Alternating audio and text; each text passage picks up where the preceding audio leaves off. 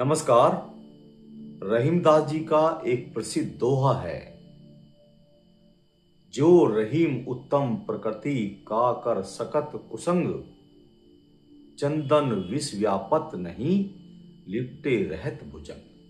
इसका अर्थ सभी जानते हैं कि जो मनुष्य उत्तम प्रकृति के होते हैं उस पर कुसंग का कोई असर नहीं पड़ता। जिस प्रकार चंदन के वृक्ष पर सांप लिपटे रहते हैं, उस पर उसके विष का कोई असर नहीं होता।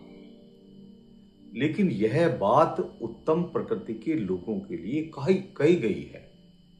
लेकिन आज के समय में उत्तम लोग मिलना समझो असंभव सी बात हो गई है। लेकिन आज के संसार में, इसी वातावरण में, इसी परिप्रेक्ष्य में इसका उल्टा हो गया है।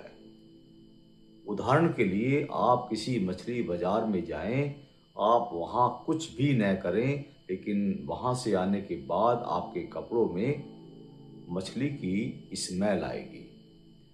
आप चंदन के बाजार में, चंदन की दुकान पर काम करते हैं, जाते हैं, लेकिन उसके बाद आपके वस्त्रों से चंदन की खुशबू आएगी। हमने न तो चंदन खरीदा, न हमने मछली खरीदी, लेकिन ऐसा क्यों हुआ?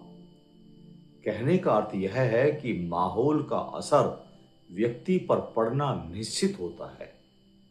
हम जिस वातावरण में रहेंगे उसका असर हम पर अवश्य पड़ेगा।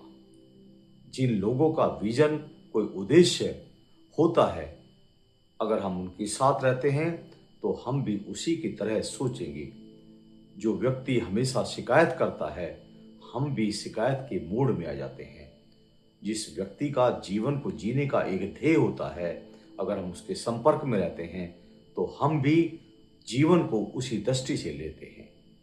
इसलिए आज के वातावरण में हमें अपना जीवन कैसे बनाना है, कैसा तय करना है, यह हम पर निर्भर करता है।